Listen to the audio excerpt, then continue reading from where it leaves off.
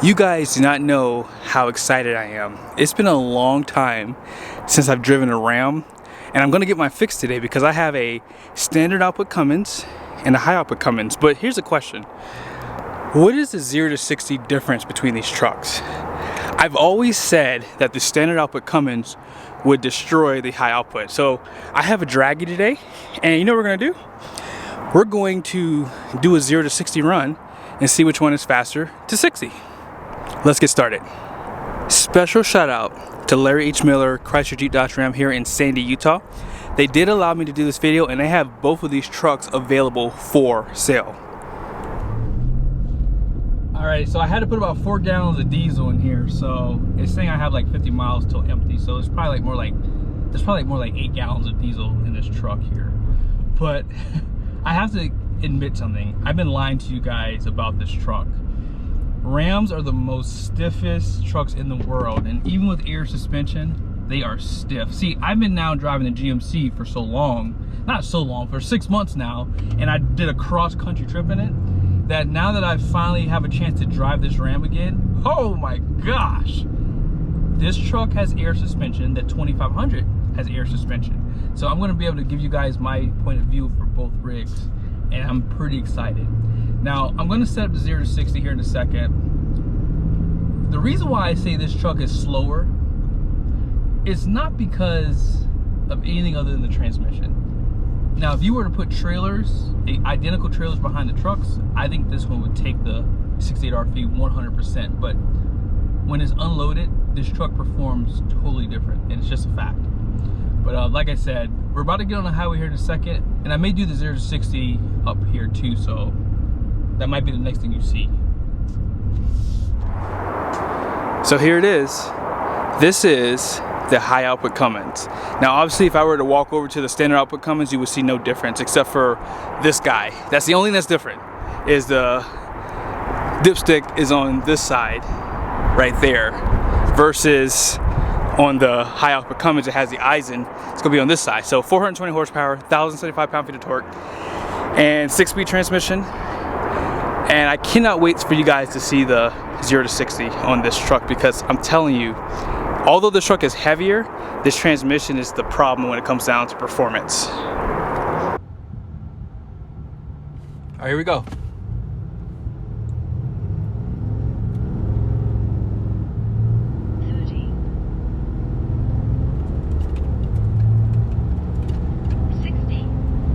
So you guys are gonna notice the difference. Like, I'm telling you, this truck's gonna lose. Now, I didn't brake boost it or anything like that. I just, as soon as I started, I hit the pedal and I had it all the way down. And I can assure you that this truck's not gonna beat that 68RF. I feel like that 68RF just shifts a lot faster and it gets going a lot quicker too.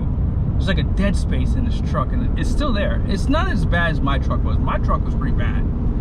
And sometimes even when I was, you know, at a stoplight, I would kind of brake boost it just to get the boost going.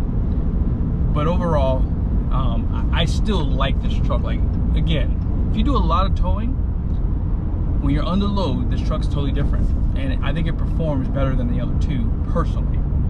And yeah, what was it? 10.16 seconds to 0 to 60. That's not bad for this big of a truck. And obviously because it's new, you know, it's probably gonna have a little bit of restrictions too. But I am happy with that number though. 10 seconds. It's a 8,000 pound truck. This is something I wish the other two would do. Ford did add what they call measurements. So when I get my Ford F-350 Platinum, if I ever get it, hopefully I can show you guys this setup here, because this right here is why I love the Ram so much. Great for towing, to see all the temperatures. I monitor these things even when I'm unloaded, but you can see the coolant, the transmission, the oil, and the oil pressure in one place. And here's something else, exhaust brake. This is a gauge for that, which you don't see on the other two because it doesn't work. And what else? They have this right here. Oh wow, truck's been idling too much, huh? Boost pressure. Great stuff in here. But I'll check back in when we get to the midpoint. We're just gonna basically do a loop around, and then we'll check back in on the MPG, but I'm not sure it's that good right now because I did that 0 to 60 and we've been idling a little bit. So yeah, we're at 12.8. That's where we are right now. And we're getting off, actually, this is the midpoint, basically. Yeah, so 12.9 is gonna go up a little bit because I gotta coast down this hill here. And then we're gonna go back the opposite direction. When you're on the highway, this truck is very comfortable. Like, you don't even know that you're driving an HD truck in some cases. I take that back. You know you're driving an HD truck, but it's not bad. As I've said in many other videos in the past, when you compare this to a 2000 HD, oh no, it's totally different. But like when you hit bumps like that with the air suspension, it does dampen a lot better. But for the most part, this is the stiffest truck in the segment. But there's a reason why this truck is so stiff. It's because it can tow a trailer really well. And although they don't have overload leaf springs out back, this one has the air suspension, so you don't need it. But I will say on the standard suspension, they do fall short a little bit by not having those overloads. I do find that I have a little bit better stability with my GMC. Just a little bit better. It's not like a huge difference, but I do know that side-to-side motion is a lot better, especially when you air the tires up too. But when you're just cruising along here, I'm going, what, 68 miles an hour? I'm at just a hair over 1500. It's actually at 1600 RPMs. This is the life right here. Like, this is where driving these big trucks is the best. Like, just cruising on the highway. And diesels love to be on the highway. If you're in the city a lot, you're gonna mess with the emissions on this truck, and it drives like a big truck. So these are the numbers for the 3500. Gross axle up front is gonna be 6,000, the rear 7,000, 12,300 pound GVWR. And here's the payload, 3,943 pounds.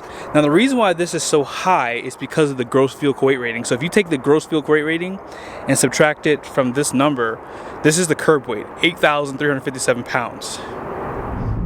I almost forgot to show you guys the decibels.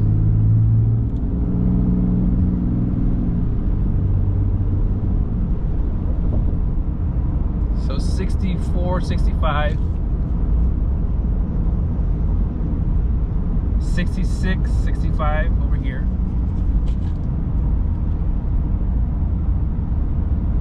And 62, 63, 64 in that ballpark. It's like fluctuating between 62 and 64. All right, let's go ahead and turn on the exhaust brake. This is where Ram's king of the hill. You get full exhaust brake and automatic. So full is basically when you take your foot off the gas. And as I've said in the past, I really do love, you know, what Ram has done with this segment. Like, they really are like class leading in a lot of places. They may not have the most horsepower, the most torque, but where they win is the functions that they provide. Like, again, air suspension, a exhaust brake that actually works. And you know, I make excuses for my GMC because it's such a nice truck, but man, it just has a terrible exhaust brake. But yeah, check this out. I'm just gonna, here, let me go to, oh, you can see the miles per hour at the top there, so check this out. You can hear it. Holy smokes! I forgot how strong it was. Holy smokes! It just dropped. You can hear it, you can feel it. Oh my goodness. Whoa. Sorry guys, I'm so sorry. Like, I wasn't ready for it. I was like expected to be like my GM, but the exhaust brake in this truck is so good. It's so good. Now at 77 miles an hour, obviously we're in 6th gear. Now you can lock in the gears and it shows you what gear you're in and it shows you what gear you're locked in. Love that. So we're just under 2,000 RPMs. It looks like about 1,800 RPMs at 80, almost 80 miles an hour. So that's good. So 373 gearing out back, 1,900 RPMs at 80 miles an hour. It's not bad at all. And let's check out the temperatures one last time before we get back, because we're on the highway, so it's good to see this. So there they are. The transmission is always going to be about right there when you're unloaded. Now sometimes it'll go up to about 167, 168 and it'll stay there, but for the most part the cooling is really good there as well. Wow, you hear that? Exhaust brake for the win. Woo! I remember one of my Ford fanboy friends saying, I think the exhaust brake's too strong. I was like, bro, that's something only a hater could say. You can hear it probably too. I have the mic pointed the other way to see if you guys can hear it, but wow. And listen, if I were to, you know, downshift the transmission, it would get even stronger. And that's the cool thing about this truck. But we're about to be back here.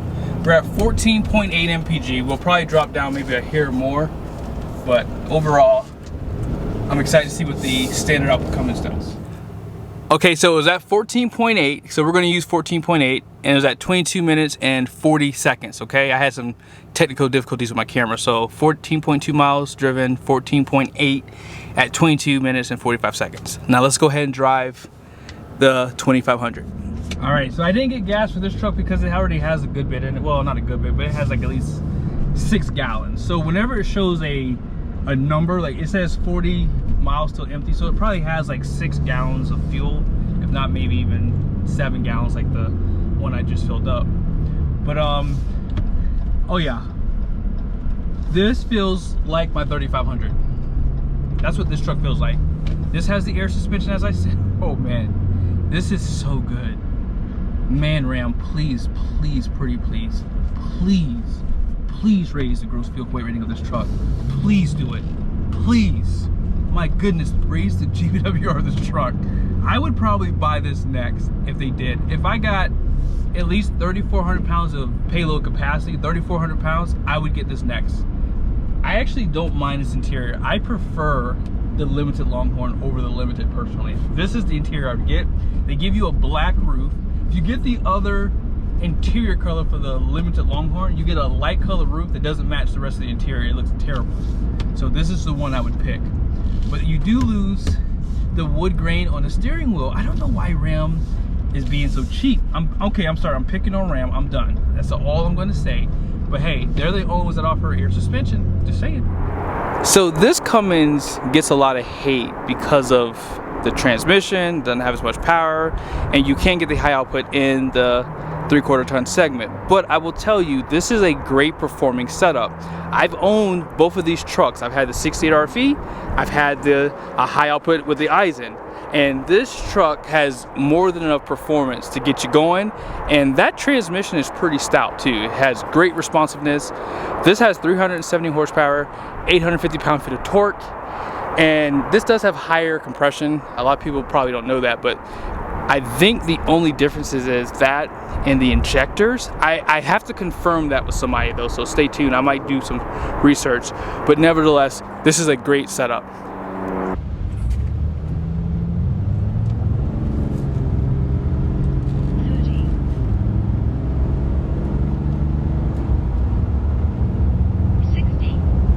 Told you guys, I told you, this truck is so much faster than the high output. Not so much faster, but it's faster. And it's not because of anything other than the transmission. I love the 68 RFE. Like, quite honestly, I've been really going back and forth between if I get another Ram, am I going to get a Eisen or the 68. Personally, I had no problems with mine. Both transmissions are great, but I like how responsive this truck is. It's totally different. It's not even a conversation anymore. Like, I just basically proved to you guys that this truck was faster. I've been saying it. I've been wanting to do a drag race with one of my friends in Maryland, but we could never seem to get together to do it. But there it is. That was in the exact same spot, and I actually had more stuff in my way. I had to kind of go around the car. So like, I probably could have gotten a little bit more, you know, time off of that if I was going in a straight line. But nevertheless, this truck is faster and way more comfortable.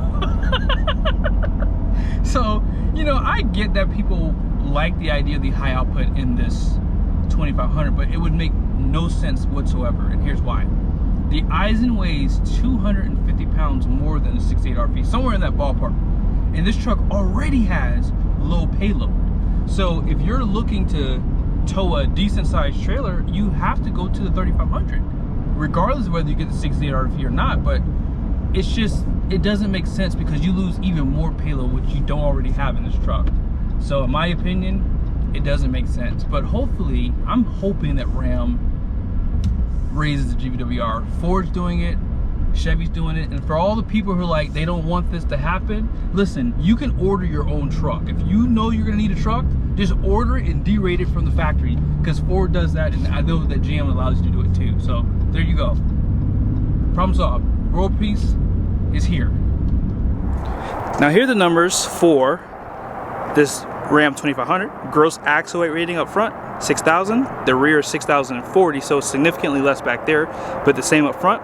But 10,000 pound GWR. So the gross fuel weight rating is 10,000. So you see this right here?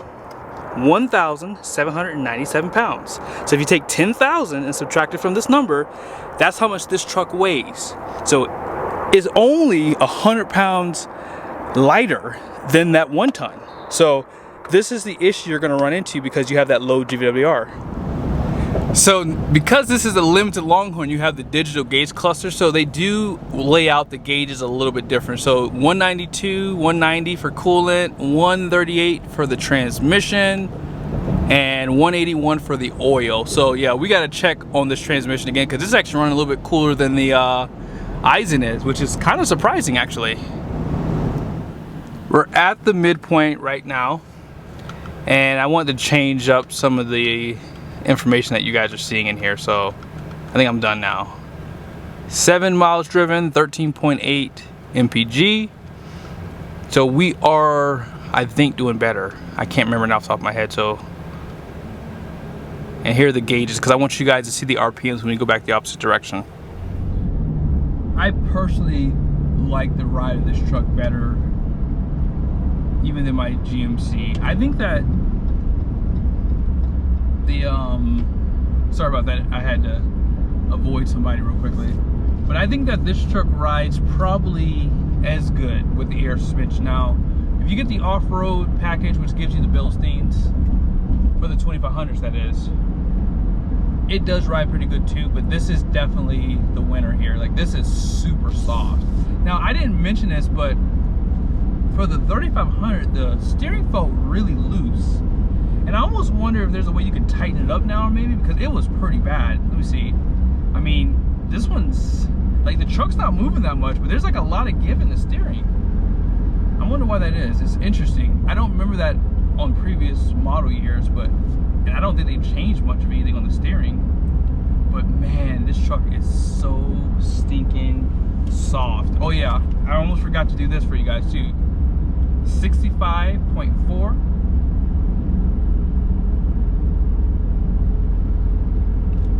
By the window here,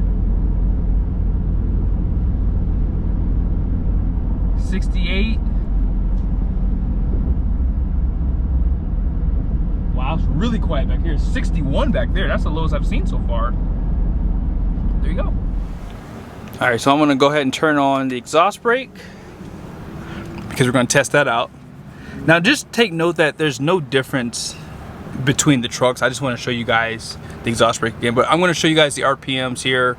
My apologies, I forgot to show it to you on this road, but I'll try to go about 65-ish, and then I'll gradually go up to about 75, 80 on this next road. But I want to show you guys this a little bit because it is a little different from the other truck because of this guy, this trailer steering backup assist. So I'm at 80 miles an hour. It looks to be the same across the board, so I'm gonna drop back down. Holy smokes, there it is. I'm not going uphill, guys. Look, I'm about to go uphill, but I just hit that. You see that? That is ridiculous. So I'm at 1500 RPMs at 64 miles an hour. Now I'm gonna show you guys the exhaust brake because we're gonna go back down here. You ready for this? Here it is. All I have to do is take my foot off the gas. I don't have to make any excuses. I don't have to manually shift it. It works.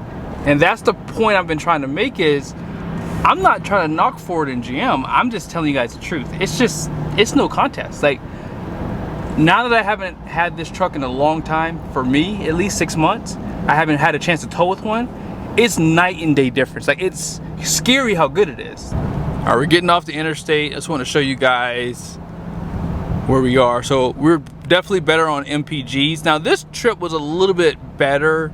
I was moving a little bit more, and as you can see, we're kind of getting there a little bit earlier, or if not, probably about the same time really. But yeah, 15.2, and we're off the interstate. Yeah, this truck rides better, it feels better, and the transmission's better. Everything's just better with the standard output Cummins. I don't know why people hate on this truck. Like, you don't know what you're hating on. Like, you're just saying stuff because you think high output is better, and it's not. Like, I really do think that a lot of people would enjoy driving this truck more so than the high output personally. The only thing they need to do with this truck in the 3/4 tons raise the GWR, 800 pounds would be enough for some people. Not for me, but I would need at least 12 to 1500 personally. We just got back, 14.3 miles driven, 15 MPG, 21 minutes and basically 15 seconds. So pretty much the same trip, and we got 0.2 MPG better basically with the standard output Cummins. So not much difference. So I finally had a chance to prove this point, guys. I am so glad I invested in a 0 to 60 timer, because I've been telling people that the standard output Cummins is faster, and it proved today that it is. And the only reason why I picked this truck is because I didn't want any excuses in the comment section. I figured mega cab, and this is a higher trim level. So there's no excuses. This truck's heavier, has more options on it. They both have 20-inch wheels. So there you go. The weight is not a factor. Now this standard output Cummins does have higher compression compared to the high output. I believe it's like 19 to 1 to like 16 to 1. But 14.8 MPG versus 15. So it's basically the same for MPG in my opinion. But like I said, both these trucks perform extremely well. The air suspension does help the ride on the 3500s, but it's still stiff, guys. This truck, however, rides almost like a half ton, almost. And this is a pretty truck too. Man, it looks so beautiful. But special shout out to Larry H. Miller here in Salt Lake City. They did allow me to do this test, guys. Hey, if you're in the market, seriously, give these guys a look up and let them know you saw the video if you found it helpful, okay? See you guys soon.